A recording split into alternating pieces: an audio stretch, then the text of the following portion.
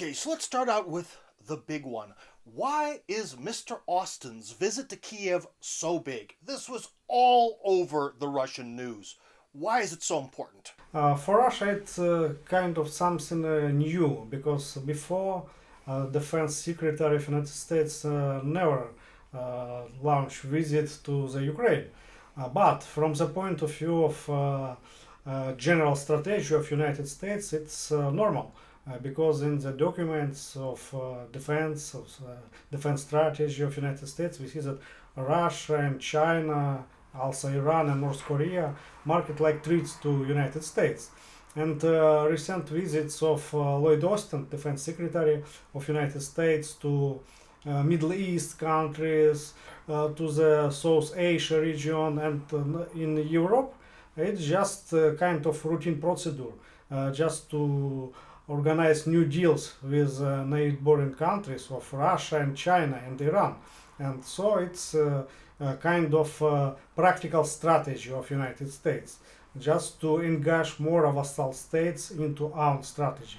Okay, so the Department of Defense wants to engage the vassal states, as you put it. So, what does that mean? How do they want to engage them? Get them to do what?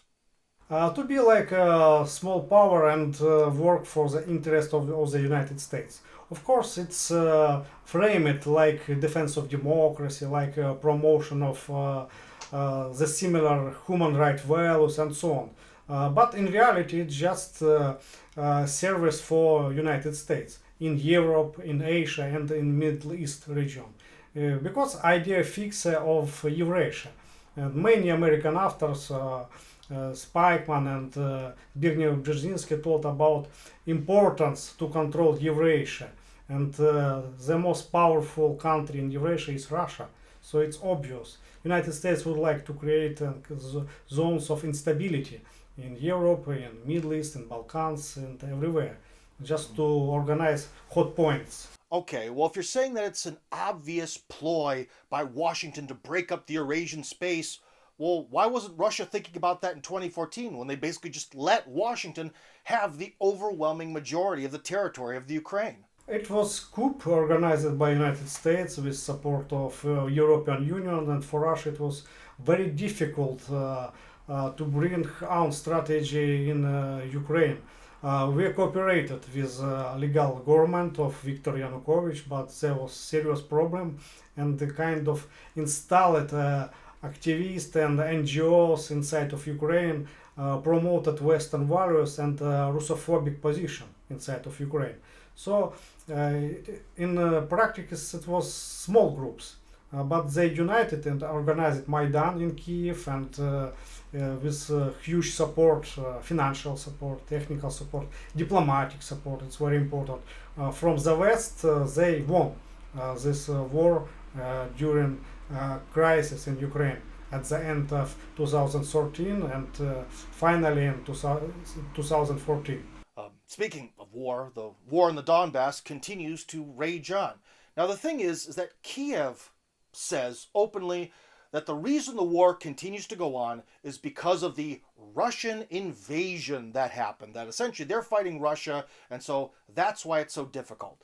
Now, if a Russian invasion didn't happen, that means that they're just simply unable to beat a small group of rebels with very limited resources, which is kind of pathetic. So, which is it? Russian invasion or a complete inability to fight rebels? Of course, Russia never invaded Ukraine, and it was a process defragmentation of the Ukrainian statehood started from the coup.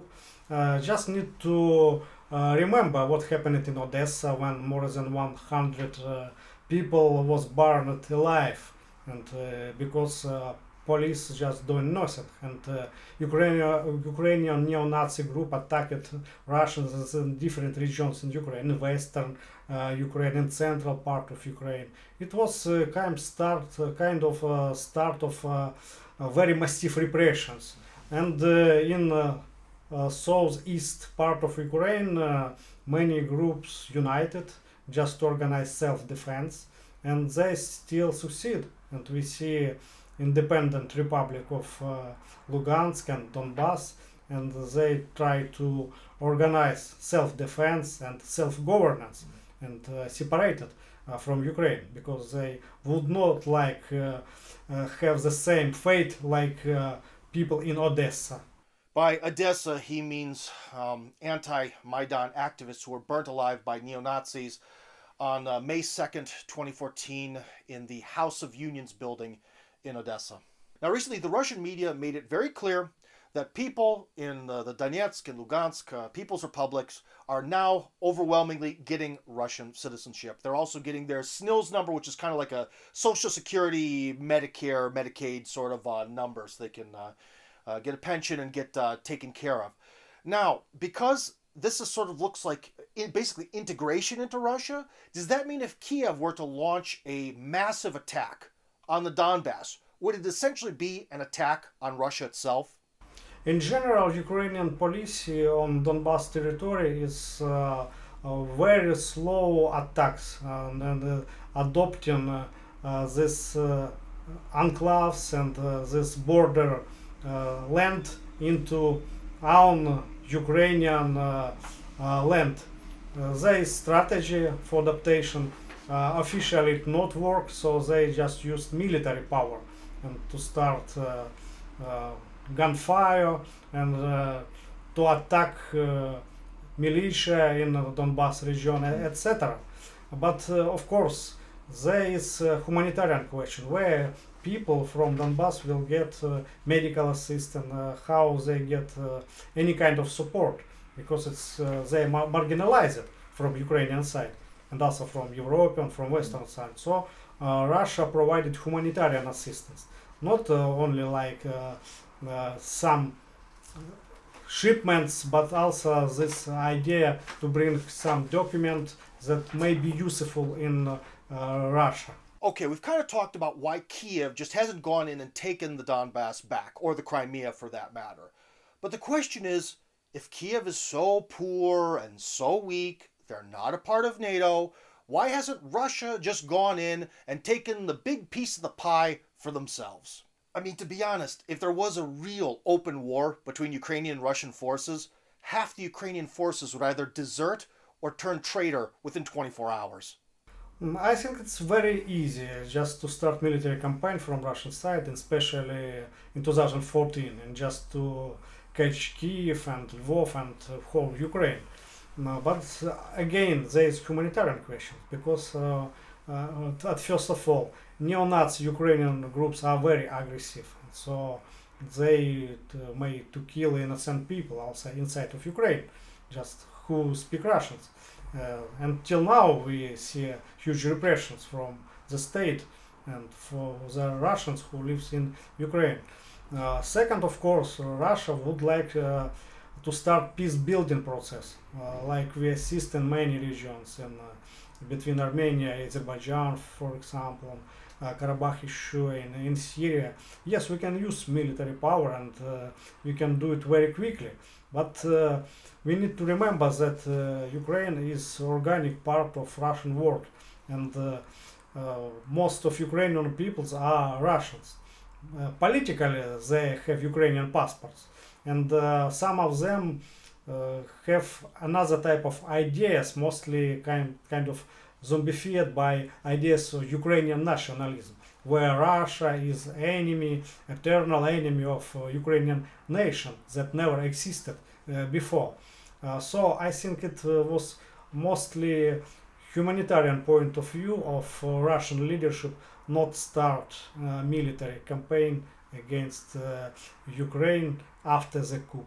Well, was that bit of Kremlin logic correct in your opinion?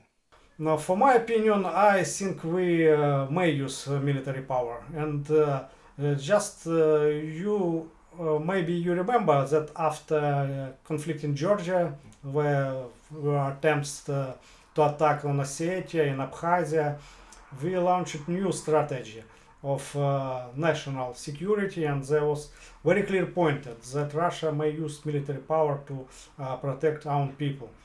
So even from this point of view, we can use huge military power just to protect one Russian citizen anywhere. One thing, why can't Russia use soft power?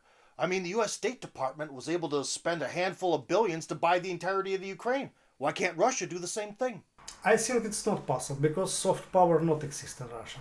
Many think about it that yes, Ruski Mir, Russian world, and many NGOs and activity of Ministry of Foreign Affairs to promote new initiative that is presented like Russian soft power.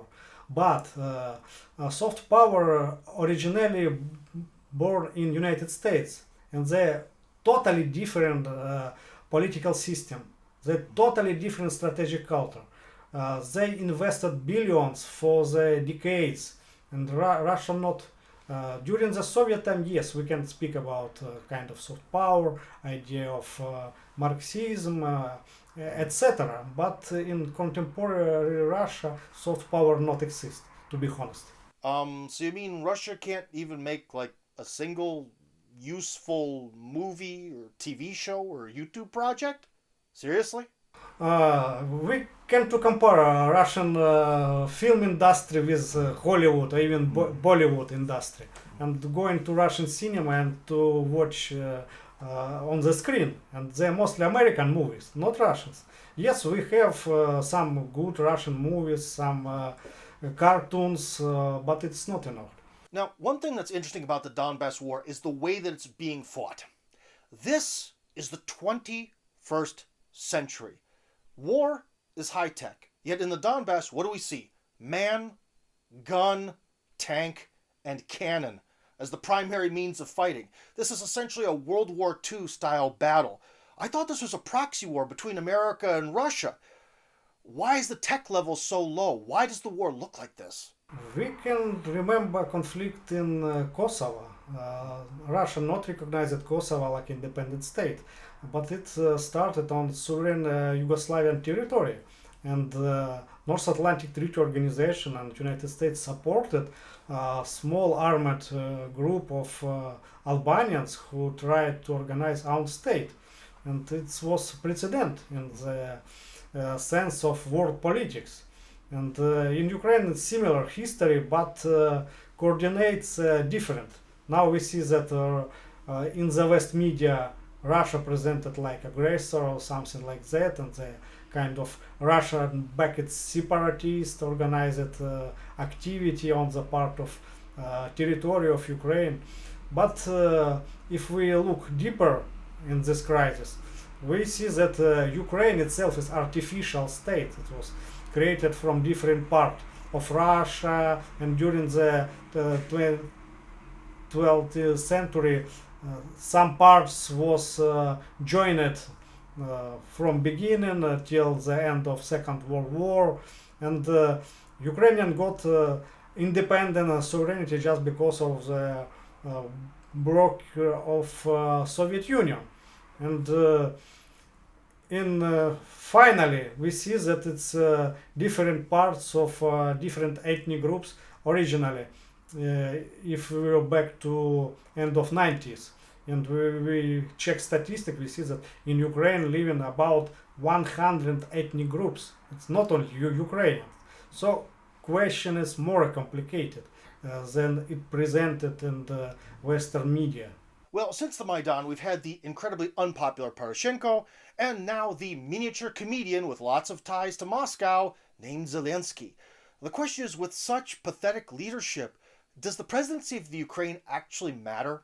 Mr. Zelensky was a figure supported by Mr. Kolomoisky, very famous oligarch in Ukraine, who ran own private army, for example, who ran illicit activity inside Ukraine and in many countries. He is persona non grata in Israel, for example. And yes, and he also has some problem in United States. And actually, United States asked Zelensky to finalize legislative reform, but he cannot do it because he connected with oligarch groups like Mr. Kolomoisky and some other persons. So yes, there is real gray kings besides Zelensky. Zelensky just is a kind of facade for the people. Since the beginning of the Maidan conflict, we've all heard about these private battalions, essentially private armies of mercenaries being financed by the Ukrainian oligarchy, including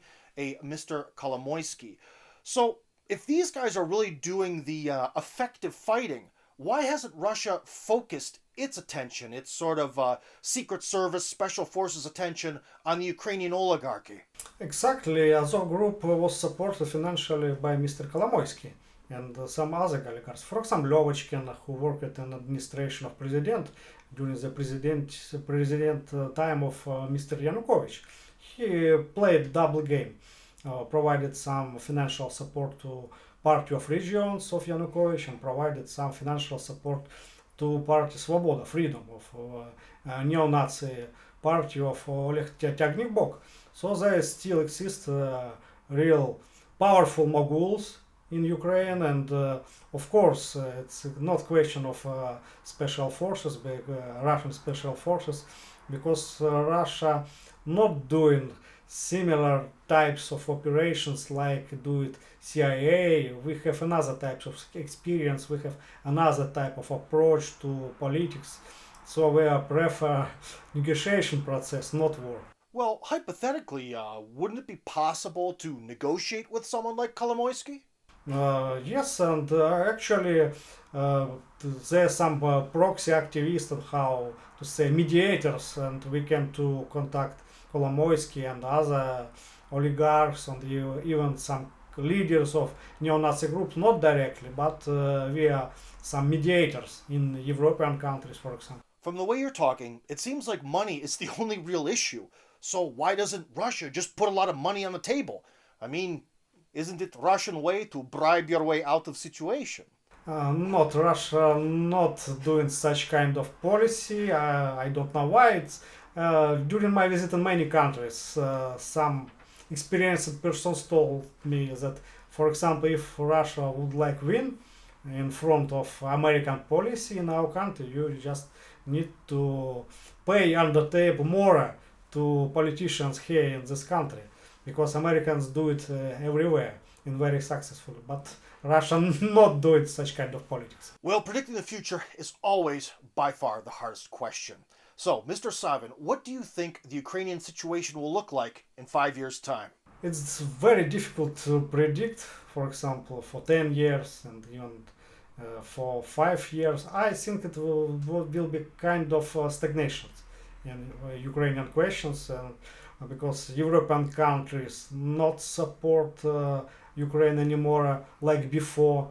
It's mostly kind of rhetoric, just okay, let's to support democracy process in Ukraine, let's to continue sanctions against Russia, but politicians they understand that problems not start from Russian-Ukrainian conflict, start from abroad, because United States organized this cup.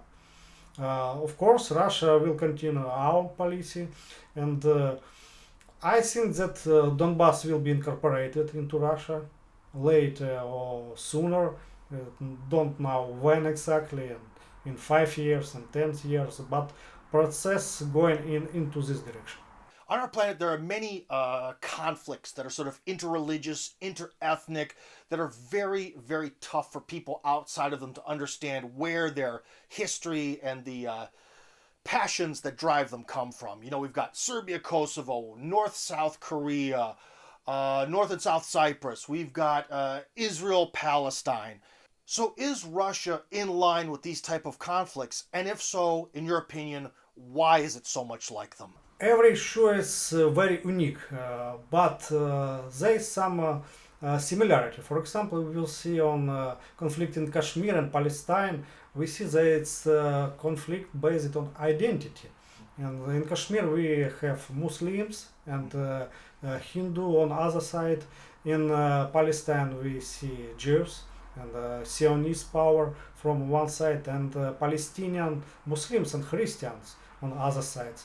In Ukraine it's more complicated because it's very new identity actually. Most of Ukrainians are Orthodox Christians. They started to do kind of false Christian identity of self-proclaimed Ukrainian Orthodox Church, especially just to bring more pillars into this identity. Ukrainian language is relatively new, and of course the influence of Polish culture, Hungarian, Slovakian culture on Ukraine itself. So only after some times we can to analyze what will be in Ukraine. But I hope that this conflict will be resolved soon, and many Ukrainians, a silent majority of Ukraine, will be more active and in politics, and bring back real power, real and the identity, and support some minority who also suffers from Ukrainian neo-Nazi government.